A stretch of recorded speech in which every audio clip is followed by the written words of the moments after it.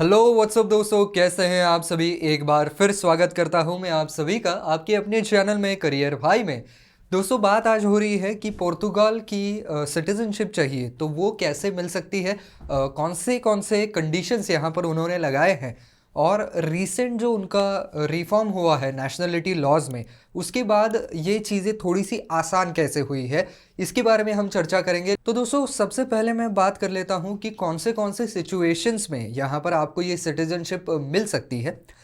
तो सबसे अव्वल है, आपने अगर किसी पुर्तगीज़ सिटीज़न से शादी की है तो आपको सिटीज़नशिप मिल सकती है, या बाय डिसेंट यानी कि वहीं पर अगर आपका जन्म हुआ है तो जाहिर सी बात है आपको मिलेगी, लेकिन आपके पेरेंट में से कोई पुर्तगाल का सिटीज़न होना चाहिए, या अगर नहीं है तो उनका ऐसा इंटेंट होना चाहिए कि वो पुर्तगाल के सिटीज़न बनना चाहेंगे। इसके अलावा न्यूट्रलाइजेशन के थ्रू भी सिटीजनशिप मिल सकती है। इसके लिए आपको 6 साल तक कंटिन्यूली पुर्तगाल के अंदर रहना पड़ेगा। इसी के साथ साथ अगर किसी बाहर के देश के बच्चे को अडॉप्ट कर लिया गया है तो उस बच्चे को भी पुर्तगाल की सिटीजनशिप लेने का पूरा अधिकार है, बशर्ते जिन्होंने अडॉप्ट किया है उनके पास पुर्तगाल की सिटीजनशिप ऑलरेडी मौजूद हो। अगर आप फॉर्मर पोर्तुगीज़ ओवरसीज टेरिटरी के रहने वाले हैं तो भी आपको ये मिल सकता है। ये बड़ी ही इंटरेस्टिंग चीज़ है क्योंकि कॉलोनाइजेशन जो है वो ब्रिटिशों ने भी किया था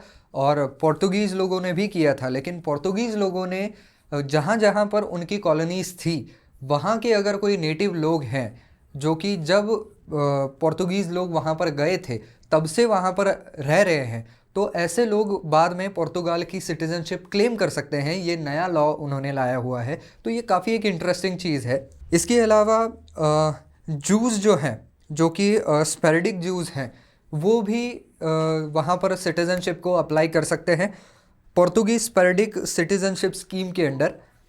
इसके अलावा अगर आप पहले पुर्तगीज़ सिटीज़न थे, आपके पास वहाँ की सिटीज़नशिप थी, लेकिन कुछ सर्कमस्टांसेस में आपने उसको गिव अप कर दिया है, लेकिन अब आप उसको वापस पाना चाहते हैं, तो भी ये मुमकिन हो सकता है। लेकिन बात करें कि यहाँ पर एप्लीकेशन फ़ीस वगैरह कितनी है, तो मैं आपको बता दूँ कि पुर्तगाल के अंदर सिटीज़नशिप को अप्लाई करने की फ़ीस पर्टिकुलरली ज़्यादा है बाकी कंट्रीज़ के मुकाबले। तो एक अगर आपको अंदाज़ा मैं आपको देने की कोशिश करूँ तो तकरीबन 175 से लेकर के 250 यूरोस इतनी यहाँ पर कॉस्ट आपको देनी पड़ती है। और यूरो का भाव जो है वो अभी फ़िलहाल बहुत ऊंचा चल रहा है इंडियन रुपी के हिसाब से अगर देखा जाए तो दोस्तों, अब एक एक करके ये सारे क्राइटेरिया जो है वो हम समझ लेते हैं। तो सबसे पहले ये जान लेते हैं कि पोर्तुगीज़ सिटीज़नशिप जो आपको बाय मैरिज मिलती है उसमें उन्होंने क्या क्राइटेरिया रखा है। तो यहाँ पर जो है आपको शादी के 3 साल के बाद तक आप अगर पुर्तगाल में रहते हैं तो ये मुमकिन हो सकता है, लेकिन इसके अलावा भी कुछ डॉक्यूमेंट्स और कुछ शर्तें हैं जो आपको वहाँ पर पूरी करनी पड़ेंगी। तो यहाँ पर ऐसे डॉक्यूमेंट्स आपको देने पड़ेंगे जो कि इस बात का प्रूफ दे कि आप पोर्तुगीज़ कम्युनिटी के साथ बिल्कुल अच्छी तरीके से घुल मिल चुके हैं। तो इसके लिए कुछ सपोर्टिंग डॉक्यूमेंट्स आपको वहाँ पर दिखाने पड़ेंगे। और एक और बात मैं आपको लगे हाथ बता दूँ कि आपने मान लीजिए जब आप बाय मैरिज के थ्रू वहाँ पर सिटीज़नशिप क्लेम कर रहे हैं, लेकिन बाद में हुआ ऐसा कि आपका दुर्भाग्यवश डिवोर्स हो गया, तो भी आपकी सिटीज़नशिप जो है वो रिवोक नहीं की जाएगी, क्योंकि आप उस आदमी के साथ शादी करके, उस औरत के साथ शादी करके वहाँ पर गए थे, तब आप एक दूसरे के ऊपर डिपेंडेंट थे, लेकिन अब आपने अलग होने का फ़ैसला लिया है, तो सिटीजनशिप जब तब दी गई थी वो अब रिवोक नहीं की जाएगी। बात करें अगर पोर्तुगीज सिटीजनशिप बाय डिसेंट की, तो यहाँ पर ऑब्वियसली कोई ऐसा बच्चा जो कि पोर्तुगीज माता या पिता का हो और वो बाहर जन्मा हो, लेकिन क्योंकि उसके माता या पिता में से कोई पोर्तुगीज़ है तो वो पोर्तुगीज सिटीजनशिप अप्लाई कर सकता है। इसके अलावा कोई ऐसा बच्चा है जिसके माता पिता अब्रॉड सर्व कर रहे हैं लेकिन पोर्तुगीज स्टेट के लिए ही सर्व कर रहे हैं, तो भी उनका बच्चा वहाँ पर अप्लाई कर सकता है, क्योंकि वो पुर्तगाल की गवर्नमेंट के लिए काम कर रहे हैं। और एट लास्ट कोई ऐसे पेरेंट्स हों जो कि पुर्तगाल में रहने के लिए आए हैं, लेकिन अब तक उनके पास सिटीज़नशिप नहीं है, लेकिन फिर भी उनका बच्चा जो है वो वहीं पर पैदा हुआ है, तो उसको ये सिटीज़नशिप ज़रूर मिल सकती है, बशर्ते उसके जो पेरेंट्स हैं वो ये इंटेंट दिखाए कि वो आगे भी पुर्तगाल में ही रहेंगे और पुर्तगाल की ही सिटीज़नशिप लेने वाले हैं। अब बात कर लेते हैं सिटीज़नशिप बाय न्यूट्रलाइजेशन की।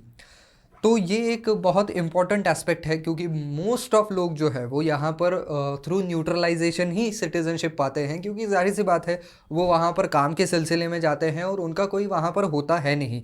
बस वो कुछ साल तक वहाँ पर काम करते हैं और उसके बाद उनको वहाँ की सिटीजनशिप चाहिए होती है।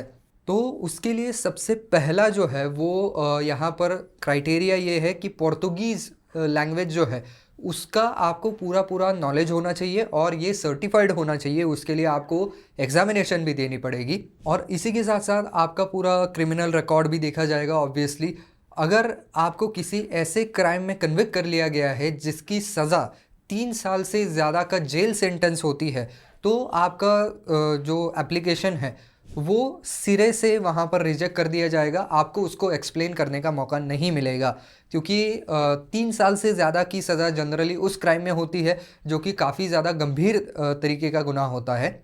और साथ ही साथ आपके ऊपर अगर मुकदमा चल भी रहा है या आप जेल की सज़ा काट चुके हैं, आपकी सज़ा ख़त्म हो गई है, फिर भी यहाँ पर जो है वो आपको प्रॉब्लम आ सकता है। तो अगर इन शॉर्ट बताना चाहूँ तो आपका पूरा क्रिमिनल रिकॉर्ड जो है वो क्लीन होना चाहिए। अब बात कर लेते हैं कि डॉक्यूमेंटेशन कौन सा लगता है। तो यहाँ पर आपका बर्थ सर्टिफिकेट लगेगा। इसी के अलावा proof of sufficient knowledge of Portuguese language, यानी कि जो मैंने पहले कहा कि आपको उसकी एक टेस्ट देनी पड़ेगी और उस टेस्ट में जब आप पास होते हैं तब आपको एक सर्टिफिकेट मिलता है। तो वो सर्टिफिकेट आप वहाँ पर दिखा दीजिए, जिससे कि ये प्रूफ होगा कि इस आदमी को पोर्तुगीज़ लैंग्वेज के बारे में पूरा पूरा नॉलेज है और ये आदमी पोर्तुगीज़ में बात कर सकता है, सामने वाला जो बोल रहा है उसे समझ सकता है, पढ़ सकता है और वहाँ पर लिख भी सकता है। इसी के साथ साथ आपका पासपोर्ट या ट्रैवल आईडी लगेगा और साथ ही साथ आपका करंट रेसिडेंट परमिट जो है उसके डिटेल्स लगेंगे।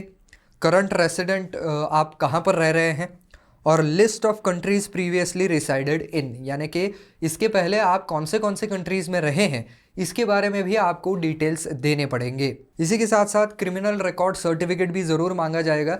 आपकी होम कंट्री से भी ये आपको मिल सकता है और हो सके तो पोर्तुगीज़ में अगर आप वहाँ पर पुर्तगाल में कुछ साल तक रहे हैं, 6 साल तक, 7 साल तक, तो वहाँ से भी एक रिकॉर्ड जो है या सर्टिफिकेट जो है वो ज़रूर ले लें, जिसके ऊपर ये स्टेट किया हो कि इस आदमी के ऊपर कोई भी मुकदमा नहीं चल रहा है और इसने कोई भी क्राइम कमिट नहीं किया है। और एक डॉक्यूमेंट जो कि इशू किया गया था SEF की तरफ से, जो कि ये प्रूव करता है कि आप यहाँ पर लीगली रह रहे थे पुर्तगाल के अंदर पिछले 6 सालों तक। तो दोस्तों कुछ इस तरीके से जो है वो इसका पूरा लेखा जोखा चलता है।